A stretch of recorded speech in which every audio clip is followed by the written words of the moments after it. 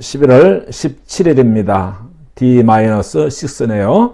추수감사주일까지 이제 6일 남았지요. 한 주간 동안 은혜 가운데 감사와 기쁨이 넘치시기를 축복합니다. 민수기와 출애굽기의 원망이라는 단어가 18번에 걸쳐서 나옵니다. 출애굽하면서 광야에서 있었던 사건을 기록한 것이 출애굽기와 또 민수기인데, 거기에 이스라엘 백성들이 어려움을 만날 때마다, 문제를 직면할 때마다 기도했다는 그런 것은 거의 없습니다.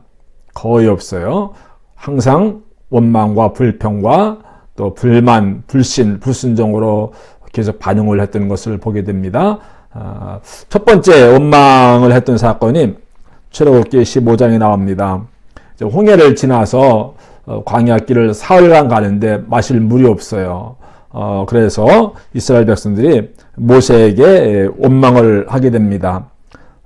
출애굽기 15장 24절 말씀에 처음 이제 원망이라는 단어가 등장하는 거예요.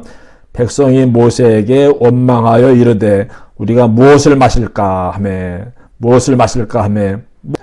사흘길을 가는데 물을 얻지 못했어요. 근데 마라라고 하는 곳에 이르게 되었는데 거기에 마침 물이 있는 거예요. 얼마나 좋았겠습니까?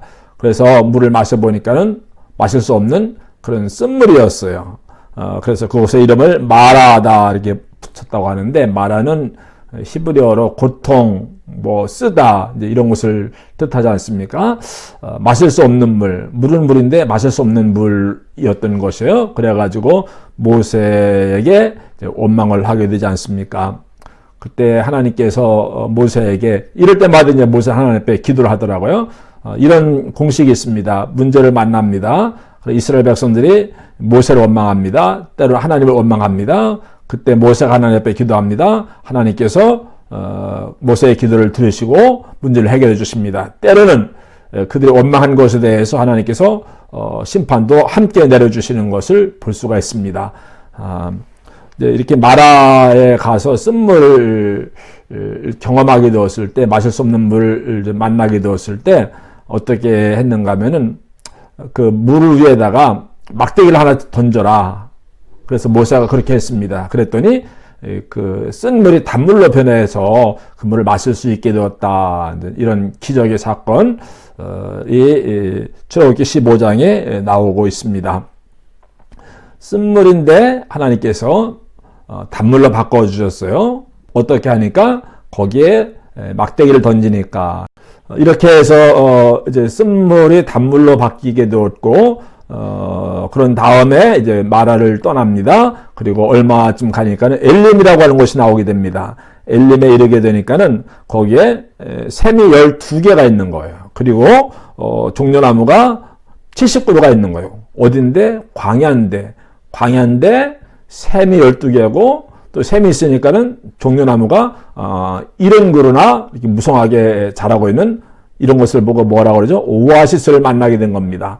바로 며칠 전에는, 사흘 전에는, 며칠 전에는 마실 물이 없어서, 쓴물밖에 없어서 하나님 또 모세를 원망했는데, 그래서 쓴물을 단물로 바꿔주셨는데, 그 다음에 며칠 더 가니까는 뭐가 있었어요? 오아시스가 있었어요.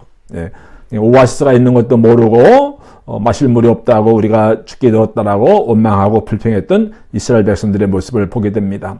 이 마라를 지나면 뭐가 있다고요? 엘림이 있습니다. 쓴물이 있는 곳을 참고 견디고 이겨내고 좀 지나가면 무엇이 나옵니까? 엘림이라고 하는 오아시스가 나오는 것을 보게 됩니다. 마실 수 없는 물 때문에 불평, 불만, 원망을 했는데 얼마 정도 더 가니까, 그 다음 스테이션에 가니까는 거기는 정말 샘술도 솟아나고, 그 광야인데 종려나무가 70그루나 있고, 이런 것을 모르고 당장 눈앞에 있는 그 마라의 쓴물만 보고 원망을 했던 것을 우리가 보면서 많은 교훈을 얻게 되지 않습니까? 이 경우에는 하나님께서 이스라엘 백성들이 원망해도 그 심판하지 않았어요. 이제 내일쯤 가서 보면은 이제 원망하다가 몇만 명이 죽어요. 심판을 받아서.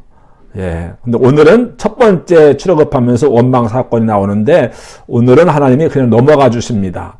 룻기에 보면은 베들레헴에 기근이 들어서 양식을 구하러 모압으로 갔다가 남편, 큰아들, 작은아들 다 잃고 그 다음에 다시 베들레헴으로 돌아오지 않습니까? 그때 사람들이 다 동굴밭까지 나와가지고 환영한다고 얼마나 고생 많았냐고 반갑게 이렇게 만나고 있었는데, 그때 나오미가 이야기하기를 나를 나오미라고 부르지 마시오. 나를 마라라고 부르시오. 마라, 쓴물, 그런 이야기입니다. 쓰다, 고통. 그러니까는 모압 지방에 가서 얼마나 그 속이 탔습니까? 남편 죽고 큰아들 죽고 작은아들 죽고 다 잃어버리고 그래서 이제 과부가 된 며느리 하나 룻과 함께 돌아오게 되지 않았습니까? 빈손으로. 그러니까는 내 인생이 마라가 되었다. 마라. 근데 그때 나를 나옴이라고 부르지 말고 마라가 되었으니 마라라고 부르시오. 예, 인생을 살다 보면은 이렇게 마라 인생을 경험하게 될 때도 있습니다. 정말로 그 나오미가 얼마나 속이 타들었겠습니까?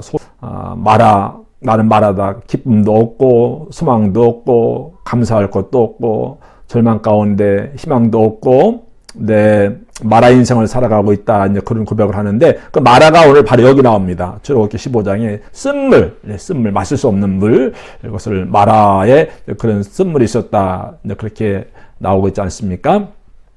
그 마라 인생이 되었던 나오미가 이제 베들레헴에서 다시 그 회복이 되어지고 며느리를 통해서 다윗 왕이 이제 몇 대 후에 나오게 되고 그 다윗 왕의 후손을 통해서 예수님 메시아가 나오게 되고 이제 그런 것을 우리가 알고 있지 않습니까?